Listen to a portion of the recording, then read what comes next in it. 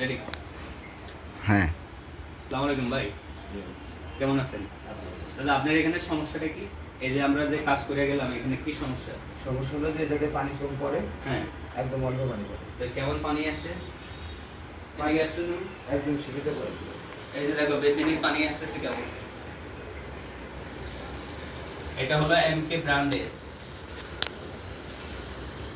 আর এই যে শাওয়ার মিক্সারে পানি আসতেছে, এই দেখো। ওটা একটু হালকা একটু বেশি, কিন্তু দেখুন এই যে এত দামি দামি জিনিস লাগানোর পরেও পানি কম আসছে, কারণটা কি বলতে পারবো?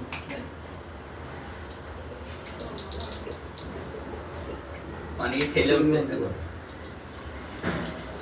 এই যে এখানে ভালো একটা